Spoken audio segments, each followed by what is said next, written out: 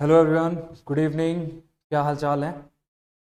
तो आज हमारी करंट अफेयर्स की सेकंड क्लास है। एक ऑलरेडी हम लोग एक क्लास ले चुके हैं और एक वीकेंड पे हम लोग क्लास रखेंगे।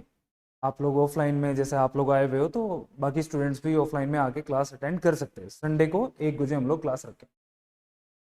आज सबसे पहले तो अगर शुरू करें हम अपनी क्लास, तो एक सैड न्यूज़, अभी थोड़ी देर पहले एक न्यूज़ आ रही थी जो हम सब के लिए मतलब बहुत सैड है कि जो हमारी रेसलर थी विनेश फोगाट, वो डिसक्वालीफाई हो गई हैं ओलंपिक से।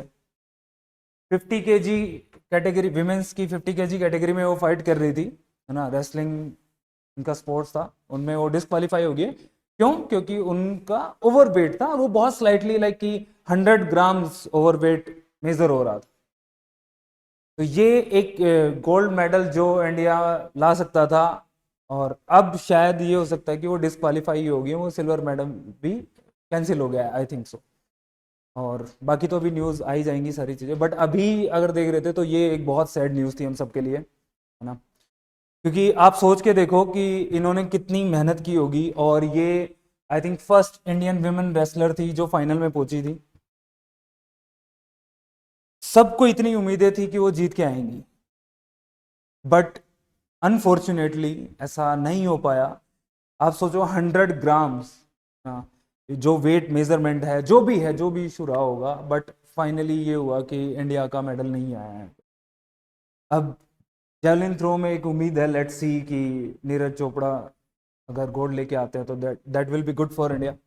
तो अगर एग्जाम पर्सपेक्टिव से देखें तो आपको पता होना चाहिए कि विनेश फोगाट जो, मतलब पर्सनैलिटी इन स्पोर्ट्स पूछता है ना, अपना मेंस में पूछता है क्वेश्चन, तो अगर विनेश फोगाट पे आता है तो आपको एक शॉर्ट नोट लिखना भी आ सकता है इनके बारे में।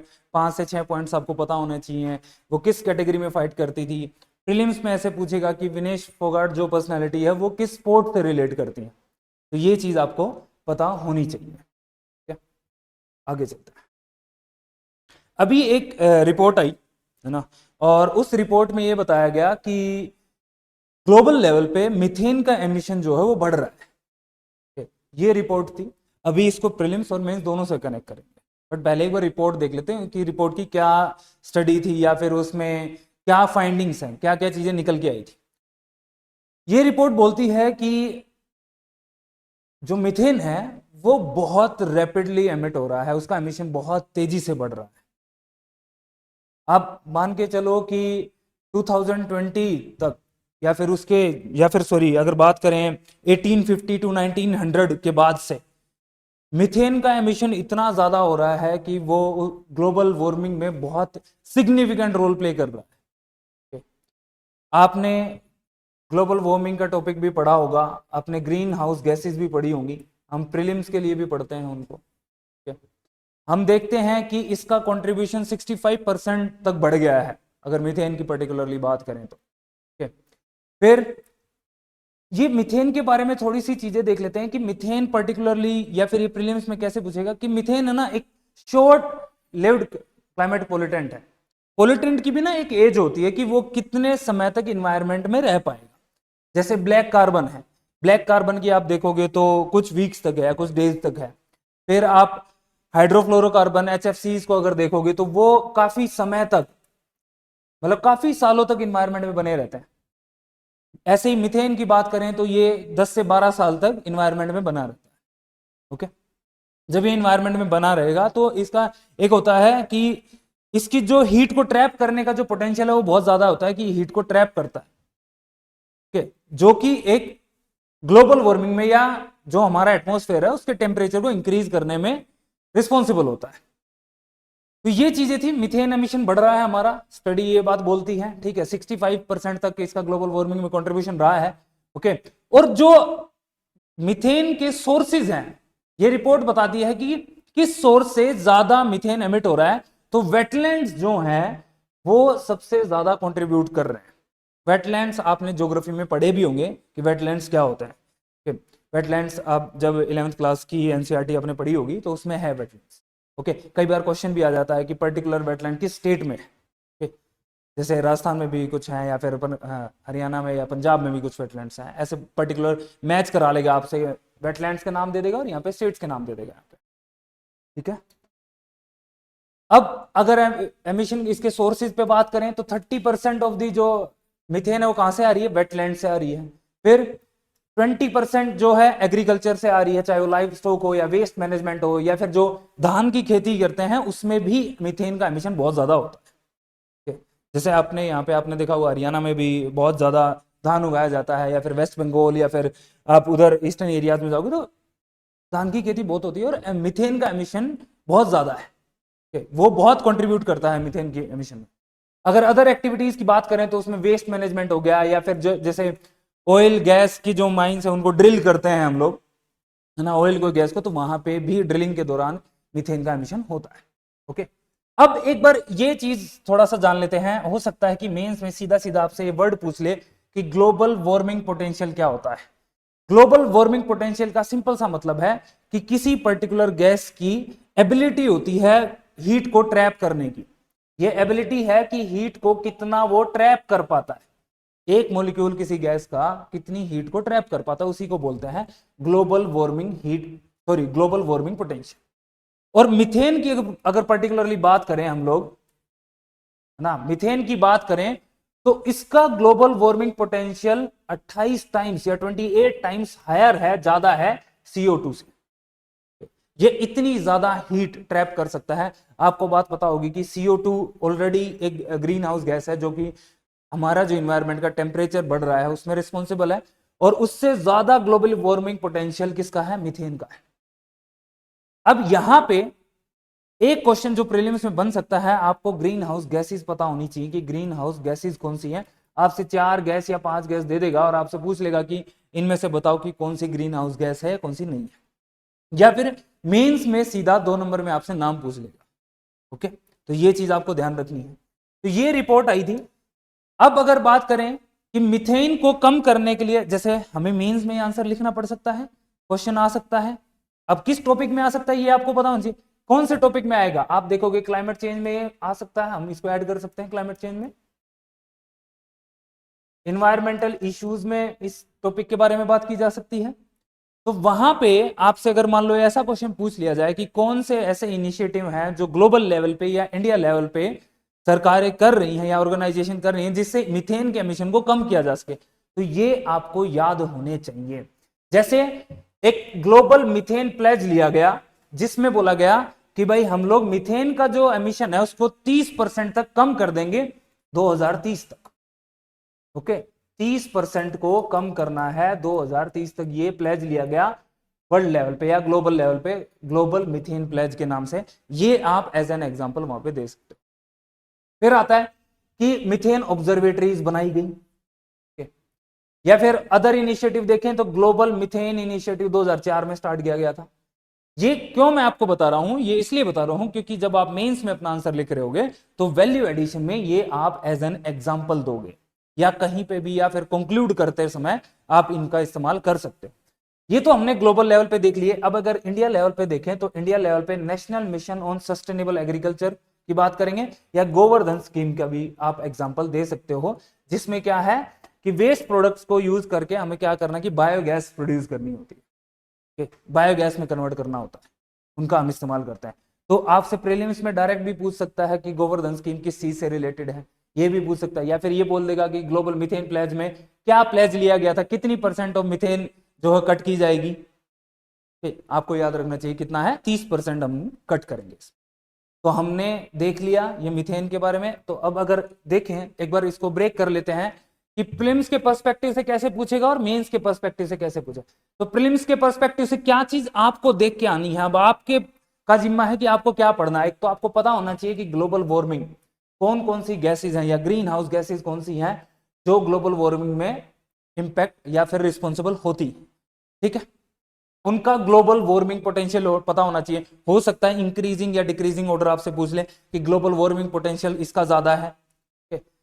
कार्बन फुटप्रिंट की भी डेफिनेशन आपसे पूछी जा सकती है, प्रीलिम्स में तो नहीं पर हो सकता है कि कार्बन फुटप्रिंट का ऑब्जेक्टिव पूछ ले, या फिर आपसे यह भी पूछ सकता है कि कार्बन फुटप्रिंट क्या है, और 4 स्टेटमेंट दी होंगी, आपको बताना होगी कि कौन सी सही है। ओके, कौन सी स्कीम्स ग्लोबल लेवल पे या फिर इंडिया लेवल पे स्टार्ट की गई मीथेन को कम करने के लिए, वो भी पूछा जा सकता है। तो जब भी आप टॉपिक पढ़ो तो इन चीजों का थोड़ा ध्यान रखना। मेंस में अगर पर्टिकुलरली देखें तो आपको ये चीज पता होनी चाहिए कि ग्लोबल वार्मिंग या फिर सॉरी अभी यहां पे बात मीथेन की करें कि मीथेन का जो एमिशन हो रहा है उसका इंपैक्ट क्या होगा। ओके, तो इस तरीके का अगर क्वेश्चन आता है, मान लो 5 नंबर में आ जाए या 10 नंबर में क्वेश्चन आता है, तो आपको वो ब्रेक करना आना चाहिए कि इंपैक्ट क्या होगा और किस तरीके से। तो आपको मैं एक अभी अप्रोच बता देता हूं कि जब भी आप इस तरीके के इंपैक्ट वाले क्वेश्चंस को कर रहे होते हो तो आप स्टेक होल्डर अप्रोच लगाने की कोशिश क्या करो कि यहां पे जो स्टेक होल्डर वो क्या है, सबसे बड़ा स्टेक होल्डर को क्या है, इन्वायरमेंट। एग्री, इन्वायरमेंट सबसे बड़ा स्टेक होल्डर है। अब इसमें क्या क्या चीजें हैं आप उनको देख लो, आपका आंसर फ्रेम हो जाएगा आप कि मीथेन का क्या इंपैक्ट हो सकता है। आप देखो जैसे इन्वायरमेंट की अगर बात करें तो इन्वायरमेंट में एयर, हमारा सोइल, वाटर, ओके, क्रॉप्स, या फिर मैं बोलूं प्लांट्स, या फिर मैं अगर बात करूं बायोडाइवर्सिटी या फिर एनिमल्स। इस तरीके से जब आप क्वेश्चन को ब्रेक करोगे तो आपके 5 से 6 पॉइंट्स बन जाते हैं। आपको पता होना चाहिए कि इन पे क्या इंपैक्ट होगा, एक तो ये चीज। या फिर दूसरे स्टेक होल्डर क्या, हम ह्यूमन बींग्स, हम ह्यूमंस पे क्या इंपैक्ट होगा। तो यहां पे जैसे आप फार्मर्स का क्रॉप यील्ड कम हो जाएगा, है ना। मीथेन जब अगर मीथेन का प्रोडक्शन ज्यादा हो गया, मीथेन का एमिशन ज्यादा हो रहा होगा तो ग्लोबल वार्मिंग होगी, ग्लोबल वार्मिंग होगी तो टेम्परेचर बढ़ रहा है, टेम्परेचर बढ़ रहा है तो उसके नेगेटिव इंपैक्ट्स हैं। मॉनसून के उसके पैटर्न पे चेंज होगा, क्रॉपिंग पैटर्न पे चेंज हो जाएगा, क्रॉप यील्ड कम हो जाएगी, क्रॉप यील्ड कम हो जाएगी तो उसके बाद फार्मर पे इंपैक्ट होगा और फार्मर्स का सुसाइड रेट क्या हो जाता है, बढ़ जाता है। आप लोगों ने बहुत सारी न्यूज में सुना भी होगा कि फार्मर सुसाइड रेट बढ़ रहा है और यह क्लाइमेट चेंज का इंपैक्ट फार्मर्स की लाइफ पे कैसे हो रहा है। तो इस तरीके से आपको कनेक्ट करना आना चाहिए किसी भी क्वेश्चन को। अगर ये मेंस में क्वेश्चन इंपैक्ट की बात करता है तो आप ऐसे इसको ब्रेक कर सकते हो।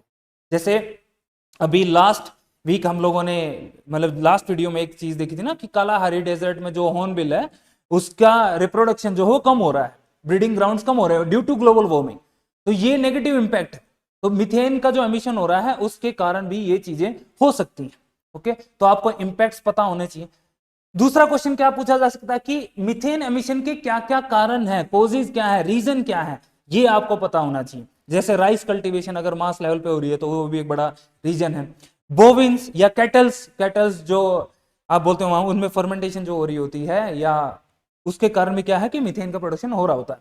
फिर जो इंडस्ट्रीज हम लोग सेटअप कर रहे हैं तो वहां से जो वेस्ट निकल रहा है या फिर गैस ड्रिलिंग हम लोगों ने देखा तो वो बड़े रीजंस हैं।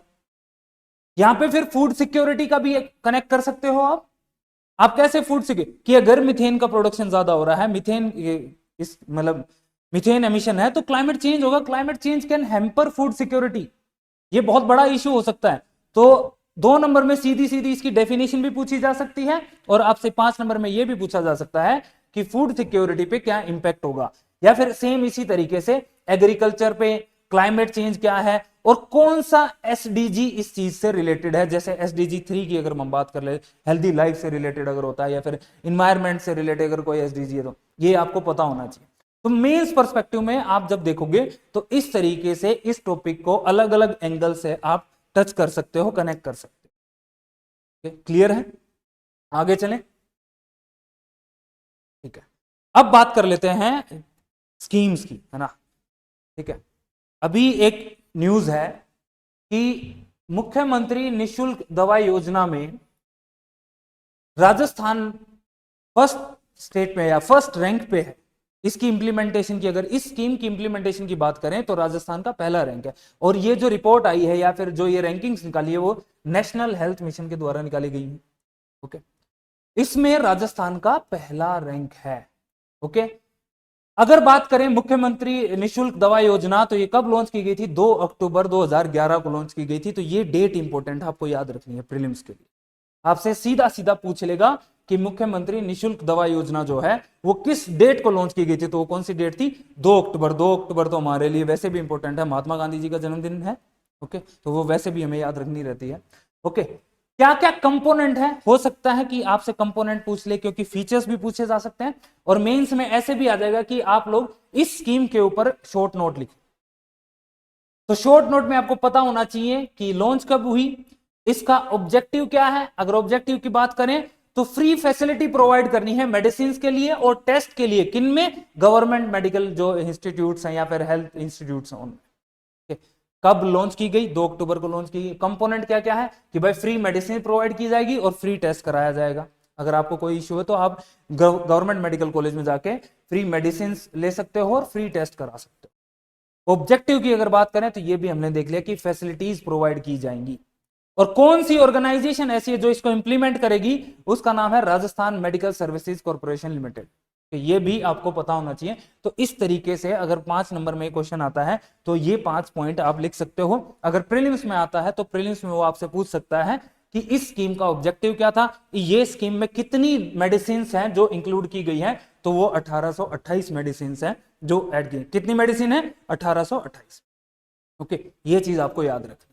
और किसके द्वारा ये रैंकिंग्स लॉन्च की गई हैं, नेशनल हेल्थ मिशन। अब इसके बारे में हो सकता है आपसे मेंस में पूछ ले कि नेशनल हेल्थ मिशन के बारे में आप लिखो, या नेशनल हेल्थ पॉलिसी जो हमारी 2017 में आई थी उसके क्या प्रोविजंस है वो भी आपको पता होने चाहिए, वो आप थोड़ा सा देख लोगे। ओके, नेशनल हेल्थ पॉलिसी ये मेंस के पर्सपेक्टिव से आपको पता होना चाहिए। पहली रैंक है किसमें आई, मुख्यमंत्री निशुल्क दवा योजना में। किसने निकाली, नेशनल हेल्थ मिशन इस रैंक को निकालता है। कब लॉन्च की गई थी, 2 अक्टूबर 2011 को लॉन्च की गई थी। क्या कंपोनेंट है भाई, फ्री मेडिसिन प्रोवाइड होंगी और फ्री टेस्ट होंगे। कहां पे होंगे, आपके गवर्नमेंट हेल्थ इंस्टीट्यूशंस में होंगे। ओके, ये सारी चीजें। अगर हाँ फाइनेंशियल की बात करें कि इसमें जो खर्चा आएगा या पैसा जो होगा वो किस तरीके से डिवाइड होगा, 40% जो होगा वो स्टेट गवर्नमेंट का होगा और 60% जो होगा वो सेंट्रल गवर्नमेंट का। ये डिस्ट्रीब्यूशन रहेगा। डिस्ट्रीब्यूशन रेशियो क्या रहेगा आपका, 60:40। तो 60 जो है सेंट्रल गवर्नमेंट का है और 40 जो है, ये भी पूछा जा सकता है। ये आपको स्टेटमेंट बना के दिया जा सकता है कि एक स्टेटमेंट दे दी कि स्टेट गवर्नमेंट का 60% रेशो होगा, नहीं वो स्टेटमेंट फिर क्या हो जाएगा, गलत हो जाएगा। ये बात आपको पता होनी चाहिए कि स्टेट गवर्नमेंट का 40% कॉन्ट्रीब्यूशन है और सेंट्रल गवर्नमेंट का जो है वो 60% कॉन्ट्रीब्यूशन। चलें आगे, याद हो गया, ये स्कीम के बारे में पता चल गया आपको। आगे आ जाते हैं। तो ये नेशनल हेल्थ मिशन का एम था, ऑब्जेक्टिव था। ये आप ये जो वर्ड्स है ना आप अपने आंसर में लिख के आओगे, तब जो कीवर्ड्स की हम बात करते हैं कि आंसर में क्या होने चाहिए, कीवर्ड्स होने चाहिए जिनसे हमारा आंसर अच्छा होता है। तो आप लिखोगे कि नेशनल हेल्थ मिशन का क्या ऑब्जेक्टिव था, universal access to equitable, affordable and quality health care services. ये वर्ड जब आप अपने आंसर में लिखते हो तो आपका आंसर अलग हो जाता है बाकी लोगों से। क्या क्या, universal access to equitable, affordable और quality health care services, accountable and responsive to people's need. ये आपको अपने आंसर्स में मेंशन करने होते हैं।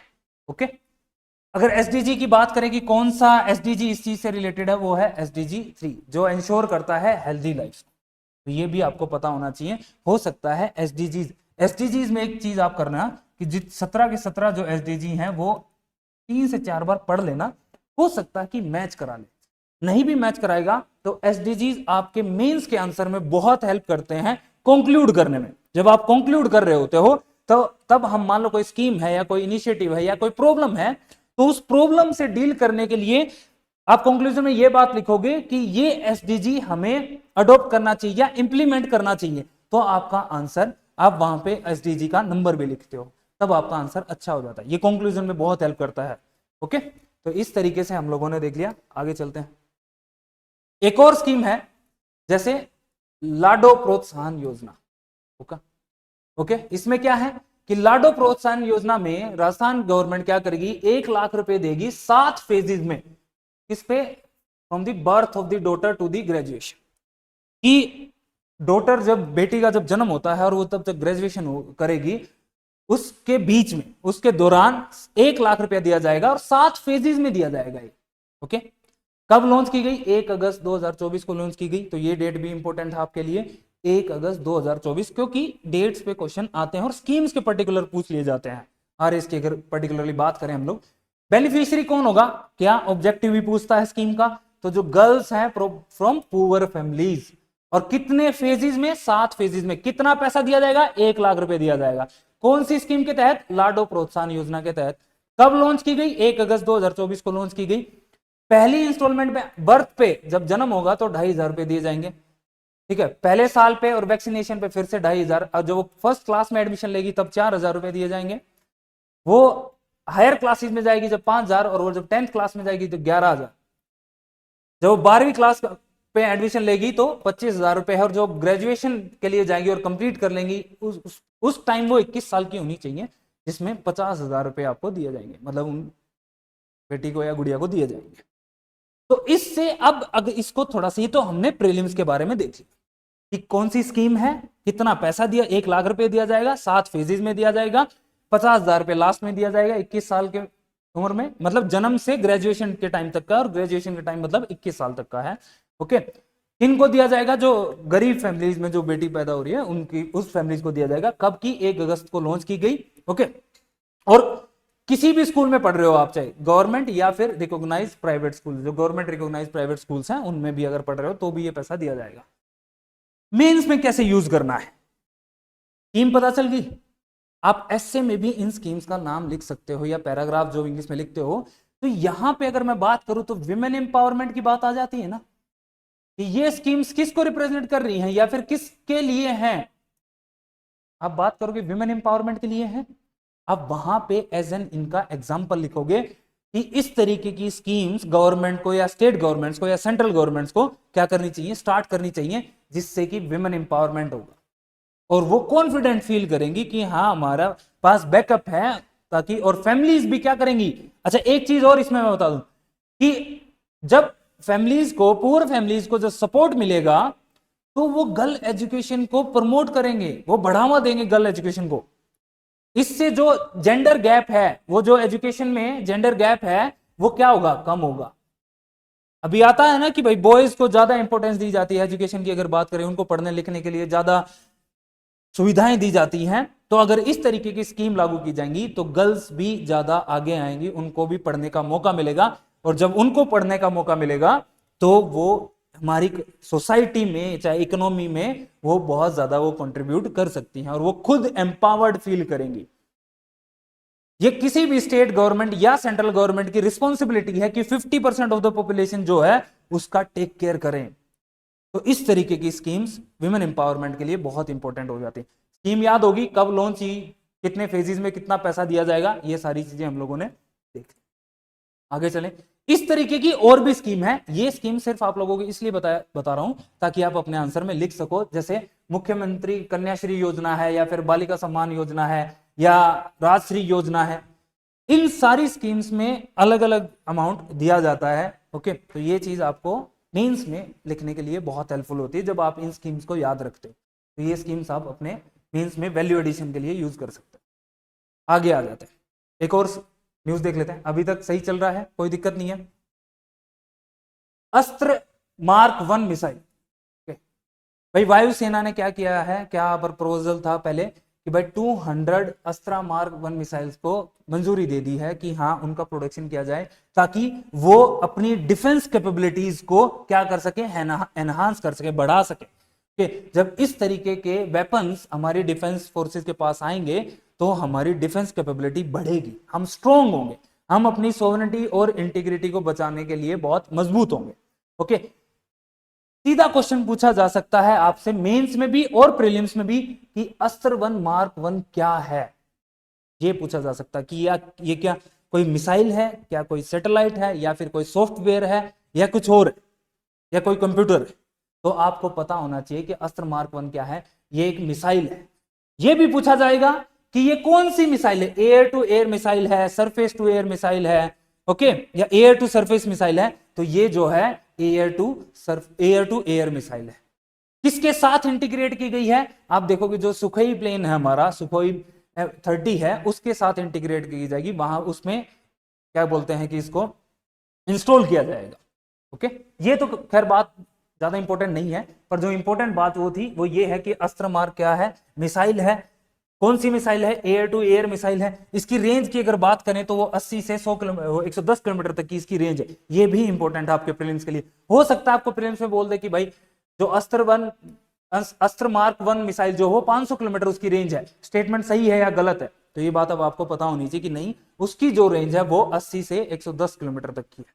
ओके, कहां इनकॉर्पोरेट की जाएगी? सुखोई 30 में इनकॉर्पोरेट की जाएगी। किसने बनाई, किसने डेवलप की? डीआरडीओ डेवलप की।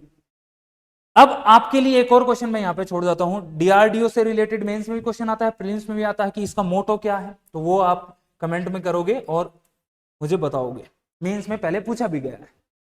ओके, डीआरडीओ की साइट विजिट करना, डीआरडीओ से क्वेश्चन आने के बहुत सारे चांसेस होते हैं। ओके, तो आप लोग जब आपको जानना है कि किस तरीके के वेपन्स डीआरडीओ बना रहा है, तो आप खुद साइट विजिट करना, आपको पता भी चलेगा कि डीआरडीओ और क्या क्या इनिशिएटिव्स लेके आ रहा है। जैसे कोविड टाइम पे बहुत सारे इनिशिएटिव लेके आए थे।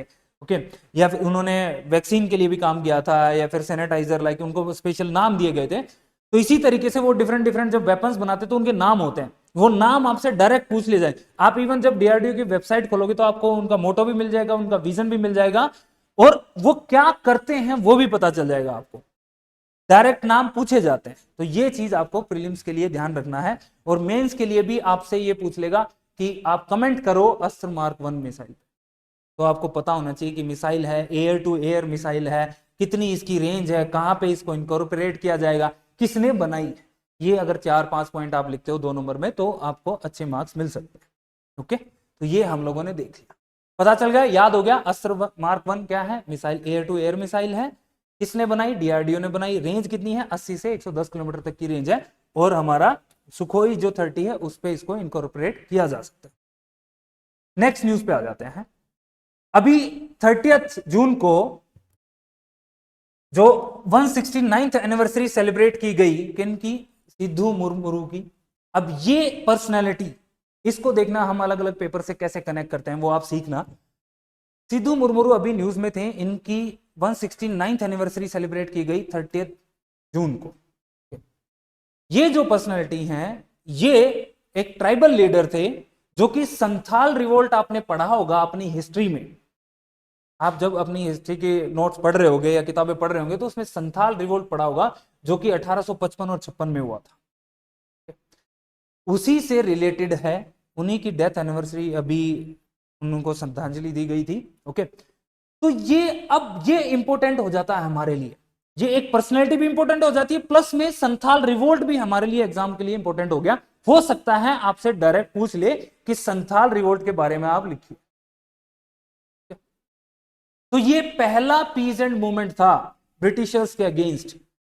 ओके, पहला पीजेंट मूवमेंट था 1855 और 56 में, पीजेंट्स के मतलब सॉरी ब्रिटिशर्स के अगेंस्ट, या फिर वो जहां वो जागीरदार जो थे या लैंडलॉर्ड थे या जो अपर कास्ट जो लोग थे उनके अगेंस्ट ये पहला पीजेंट मूवमेंट स्टार्ट किया गया था। उनमें जो इंपॉर्टेंट पर्सनैलिटीज के अगर नाम की बात करें तो वो सिद्धू मुर्मू थे, कान्हू मुर्मू थे, चांद और बैरब, ये चारों एक ही फैमिली से रिलेट करते थे, ट्राइबल लोग थे जिन्होंने रिवोल्ट किया था। किन के अगेंस्ट रिवोल्ट किया था?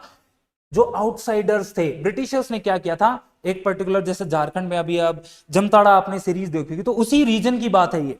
जमताड़ा सीरीज देखी होगी ना, जो आजकल आप देखोगे कि साइबर क्राइम से रिलेटेड जिसका नाम आता है, तो उसी रीजन की बात है। वहां पे ब्रिटिशर्स ने क्या किया था कि आउटसाइडर्स को बसा दिया था। तो आउटसाइडर्स आके वहां पे बस गए थे, बड़े बड़े जमींदार से अपर कास्ट के लोग थे, जागीरदार थे, तो उन्होंने यहां के जो ट्राइबल लोग थे उनको ओप्रेस करना स्टार्ट कर दिया था, जिसके कारण ये रिवोल्ट स्टार्ट हुआ था। और वो जो ओप्रेसर्स थे, जो आउटसाइडर्स थे, उनको टर्म दी गई थी दिकूज, उनको दिकूज बोलते थे। तो ये भी आपसे क्वेश्चन पूछा जा सकता है कि दिकू जो टर्म है वो किस से रिलेटेड है, कौन से मूवमेंट से रिलेटेड है। यहां पे 4 मूवमेंट के या रिवोल्ट्स के नाम दे देगा और आपसे पूछ लेगा कि दिकू जो टर्म दी गई थी वो किस से रिलेटेड है। ये रिवोल्ट स्टार्ट हुआ था और इसका इंपैक्ट इन्होंने क्या किया था कि मतलब इसमें आई थिंक 15,000 के आसपास जो थे संथाल जो थे उनकी डेथ हुई थी, मरे थे।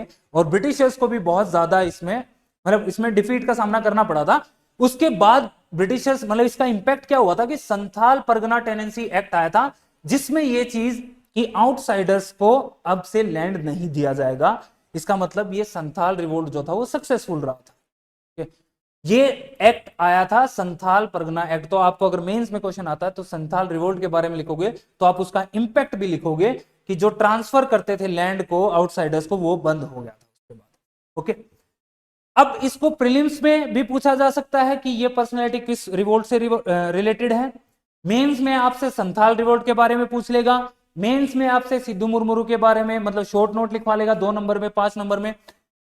संथाल परगना टेनेंसी एक्ट कब आया, ईयर भी आपसे पूछा जा सकता है प्रीलिम्स से। एक और चीज जो मैं आपको थोड़ा एक्स्ट्रा बताना चाहता हूं, आपका एथिक्स का पेपर है और एथिक्स में आपने देखा होगा वैल्यूज है, वही वैल्यूज है ना अपने सिलेबस में। तो वैल्यूज आप जब भी वहां पे करेज, ऑनेस्टी की बात करोगे, ब्रेवरी की बात करोगे, तो आप इनका एज एन एग्जाम्पल दे सकते हो वहां पे। देखो तैयारी करते टाइम आपको ये सारी चीजें ओपन करनी पड़ेंगी, आपको सिलेबस को हमेशा दिमाग में रखना पड़ेगा। आप पर्सनालिटीज को, जैसे विनेश फोगाट का भी आप एथिक्स में एग्जांपल यूज कर सकते हो।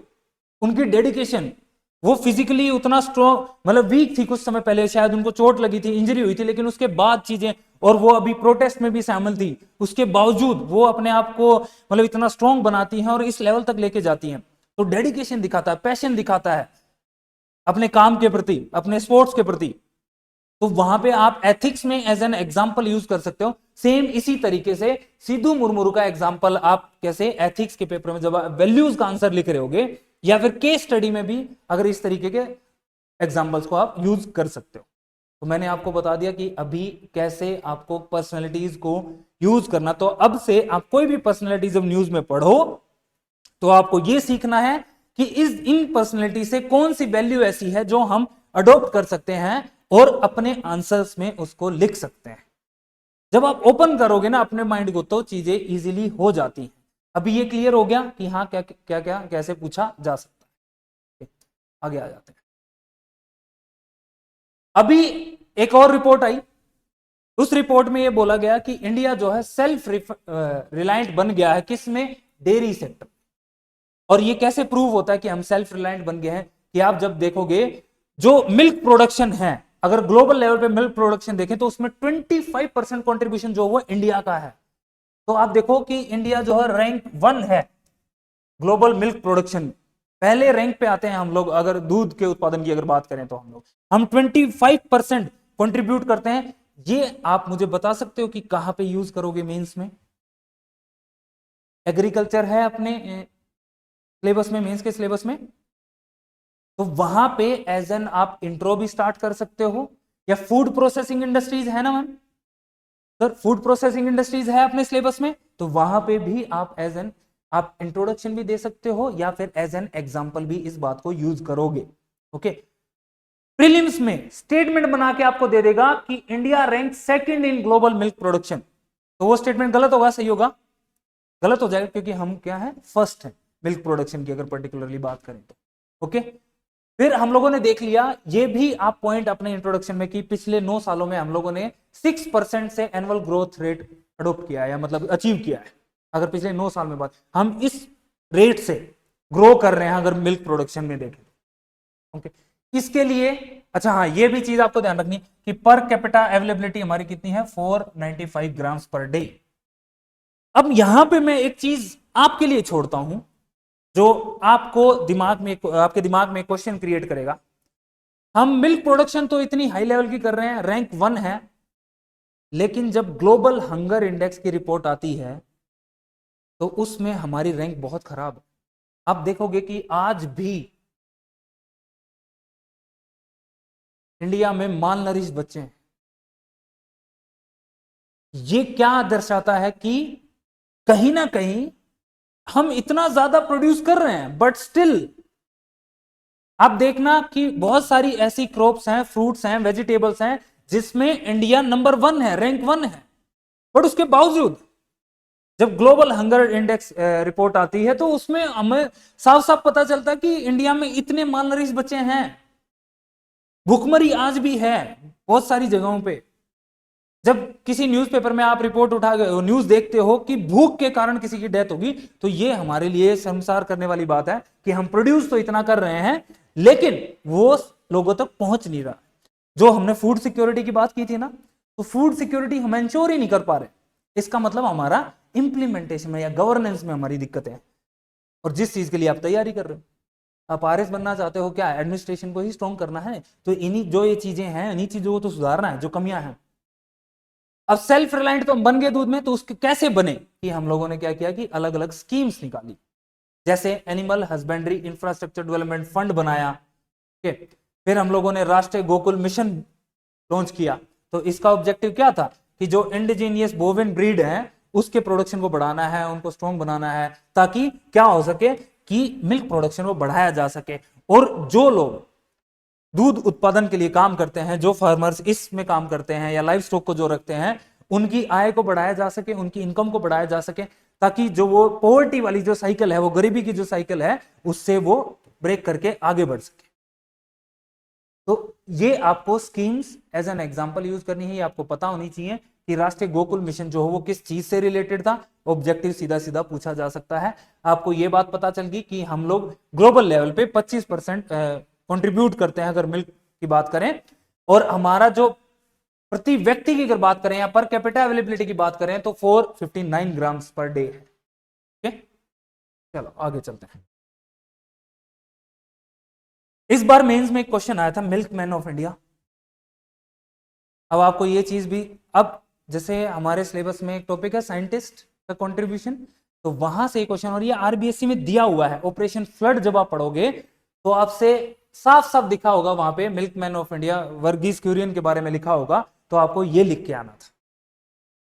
इस बार मेंस में पूछा। ओके, तो ऑपरेशन फ्लड आपको पता होना चाहिए, या व्हाइट रेवोल्यूशन भी आपसे पूछा जा सकता है। अमूल तो आप जानते ही होंगे सब, या अगर राजस्थान में पर्टिकुलरली बात करें तो सरस डेयरी जो है, ये इस तरीके के जो कोऑपरेटिव सोसाइटीज हैं, ये एग्जाम्पल है कि हमने कैसे फार्मर्स को जो पॉवर्टी का जो साइकिल है उससे बाहर निकाला है, और किस तरीके से हमने वर्ल्ड लेवल पे फर्स्ट रैंक अचीव की है मिल्क प्रोडक्शन में। तो ये आप मेंस में देखोगे, ये मेंस में क्वेश्चन पूछा गया था। हाँ, प्री में भी पूछा जा सकता है कि ऑपरेशन फ्लड किस चीज से रिलेटेड है, या फिर व्हाइट रेवोल्यूशन किस चीज से रिलेटेड है, ये प्रीलिम्स का भी क्वेश्चन बन सकता है। ऑपरेशन फ्लड के बारे में 5 बातें लिखो, उसका क्या ऑब्जेक्टिव रहा है वो आपसे मेंस में पूछा जा सकता है। तो जैसे कि मिल्क को प्रोड्यूस करने के लिए, मिल्क की प्रोडक्शन को इंक्रीज करना है, जो रूरल जो फार्मर्स हैं इस बिजनेस में हैं उनकी इनकम को बढ़ाना है, जो प्राइस में चेंज होता है, सप्लाई और डिमांड में जो चेंजेस होते हैं कि दूध के दाम आज बढ़ गए, दूध के दाम कम हो गए, फार्मर्स को दाम सही नहीं मिल रहा, इन चीजों को मेंटेन करने के लिए या इन चीजों को सही करने के लिए ये ऑपरेशन फ्लड चलाया गया था। ओके, तो ये आप एग्जांपल्स लिख सकते हो। क्लियर हो गया, आप लोगों को पता चल गया मिल्क प्रोडक्शन के बारे में, ऑपरेशन फ्लड या वर्गीस क्यूरियन के बारे में अगर पूछता है। उसके आगे अब न्यूज देख लेते हैं। अभी जो हमारे ट्रांसपोर्ट मिनिस्टर हैं, तो उन्होंने अभी स्टेटमेंट दिया था लोकसभा में कि हमारा जो green national highway corridor project है वो 2026 तक बनके तैयार हो सकता है। ठीक है, उसी से बारे में उन्होंने स्टेटमेंट दिया था। तो अब ये न्यूज में आ जाता है कि green national highway corridor project क्या है।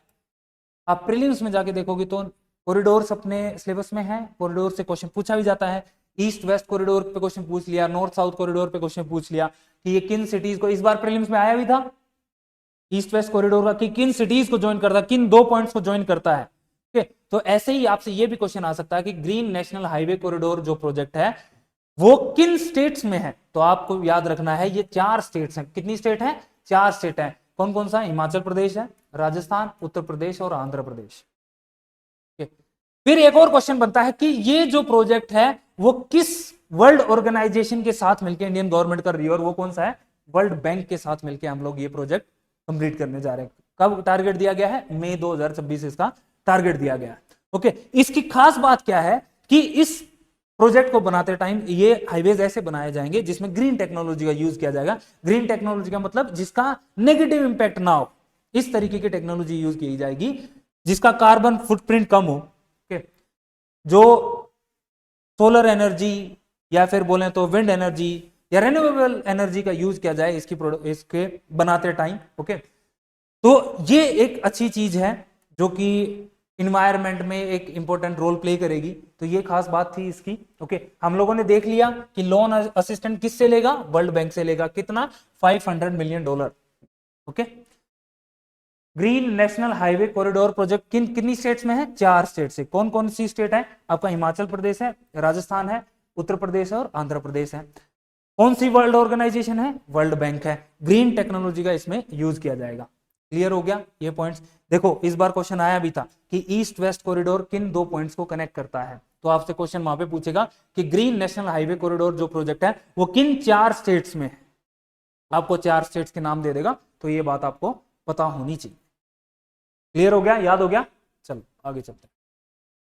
ये ईस्ट वेस्ट कॉरिडोर है, ये इंफॉर्मेशन आपको पता होनी चाहिए कि किन स्टेट्स को कवर करते हैं, कितनी स्टेट्स को कवर है, कौन सी सिटीज को कनेक्ट करते हैं, इंपोर्टेंट सिटीज कौन सी है, कितने किलोमीटर का है, किसकी लेंथ ज्यादा है, ये अब आप खुद से कवर करोगे। ओके, ये देखिए ये मैप है, आपको पता होना चाहिए। ठीक है, ये मैप आप एक बार देख लीजिएगा। तो आज के हमारे करंट अफेयर्स कंप्लीट हो गए। ये मेंस प्रैक्टिस के आप लोगों को मैं 2 क्वेश्चन देता हूं जो आप लोगों को लिखने हैं। ओके, जो लोग ऑनलाइन देख रहे होंगे वो कमेंट कर सकते हैं या फिर हमें लिख के भी भेज सकते हैं। पहला क्वेश्चन है, analyse the effects of global warming on biodiversity and ecosystem. 10 number के अंदर आपको ये क्वेश्चन लिख के भेजना है कि ग्लोबल वार्मिंग का क्या इंपैक्ट है या क्या इफेक्ट होगा किस पे? बायोडाइवर्सिटी पे और इकोसिस्टम। दूसरा क्वेश्चन आपको एक शॉर्ट नोट लिखना है किसके ऊपर? Green national highway corridor project जो अभी हम लोगों ने पढ़ा है, ये आपको 5 नंबर के अंदर लिखना है। ये आप लिख के हमें भेज सकते हो। तो ये आज हम ये हमारी करंट अफेयर्स की क्लास थी। That's all, thank you very much.